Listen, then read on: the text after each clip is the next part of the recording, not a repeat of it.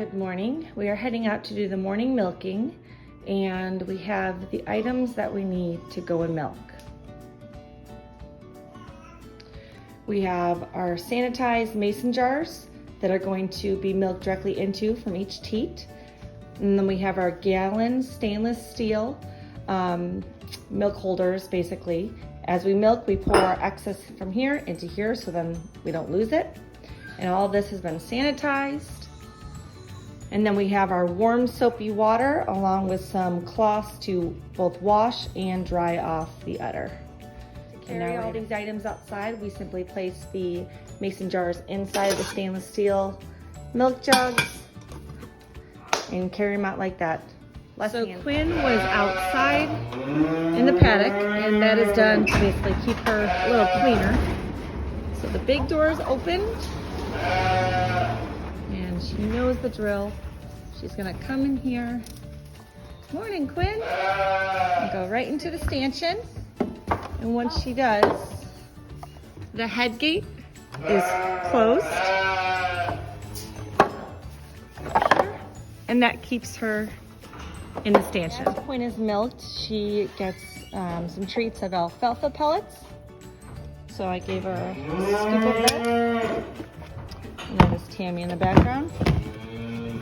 And then we usually give her about a handful of grain. This is kind of just a treat.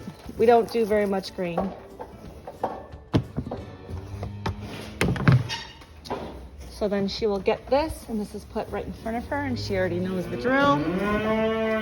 The next thing that happens is this curry comb is used to lightly brush off excess hair that could drop, any particles of things, and she's just given a light brushing kind of all around.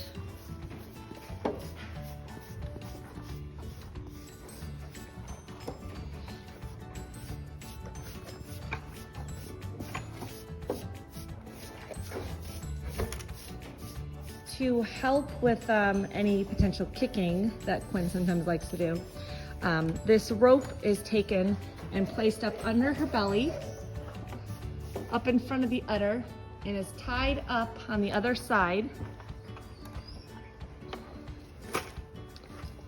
And this just holds her in place for us, as well as reduces her ability to kick at us while she's being milked. Next, we are taking our warm soapy water, and some of the suds have dissipated, and our clean rags and towels. And what we're gonna do is take a rag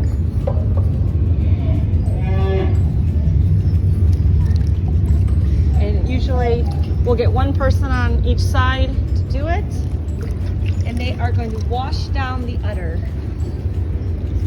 as much as we can. We're gonna get each teat really wiped down and the udder, and we're looking for, you know, large particles and anything else that did not come off with the curry comb.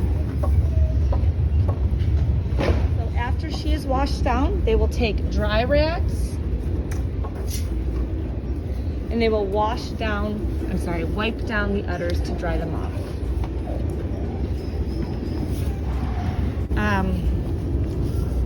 Milk out, we usually do 3 to 4 squirts per teat, and this is just to get out any anything that's kind of at the base of the teat. And this is all before we milk.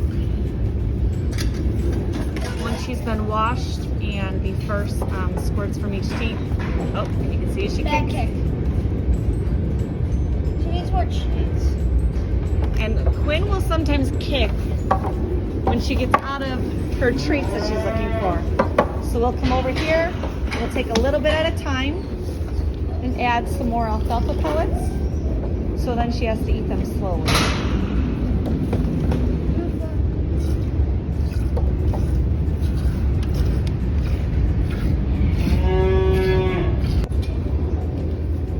Once he has, you know, a few cups in this quart mason jar, then he will dump it into the stainless steel jug that he has. And we usually keep one on each side. So for each person that's milking, if we have 2 people milking, which helps it go a lot faster, Callie also has her stainless steel over here. And to milk, she's closing off the milk at the top and then closing each finger, descending down the teat.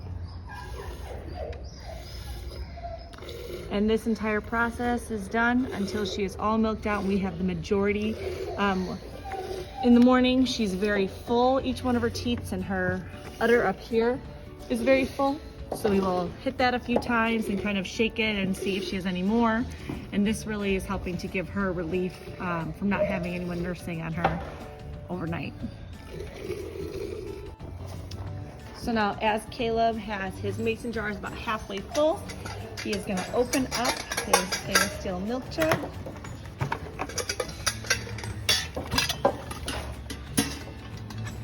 And pour the milk into there and then put the lid back on. We always put the lid back on.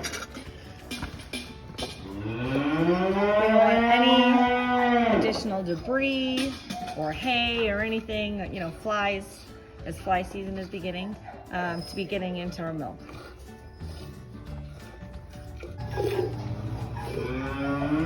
So as we're milking, you're collecting the milk first and then pulling it down. Collect it, so it's like you trap it up from the udder, you trap it into the teat, and then you pull it down.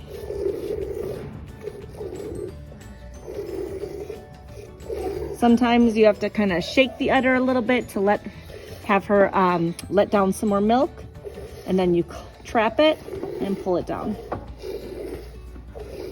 Once we are done milking, Callie or whoever will untie the rope. And Quinn knows when she is dead. So we untie it, we pull it out of the way so then she doesn't trip. And then we open up the head gate up here. And she knows to back up.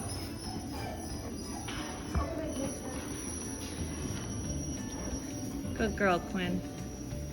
And then she will go out in the paddock.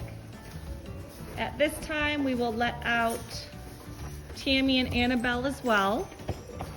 We are working with these two just to get them more comfortable with us. Sometimes they'll let us lead them, sometimes they won't. Just don't get your hand stuck, Callie.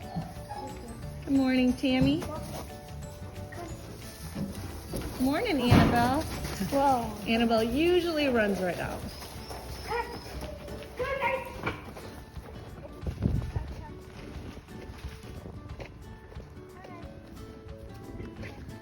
Go ahead, Annabelle. This container right here is some minerals for them. It has kelp and salt in there. So they walk out here and they already have the electric fencing up. So they'll stay in their paddock. We don't have to walk them out. They know where to go. However, in the morning, we will come out and we will check their waterer. And this is the water that is shared by all the animals in this paddock. And it's right here. We just filled it last night, so it's filled. But just make sure that their water is filled, and then they are free to roam in their paddock and eat all the grass they want all during the day. And the sheep are in the same paddock as them, and they will do the same. After the cows are put outside, the rest of the soapy water we usually take and kind of dump it on the stanchion just in case she had pooped it all, and then we'll usually come back with a hose and spray this off.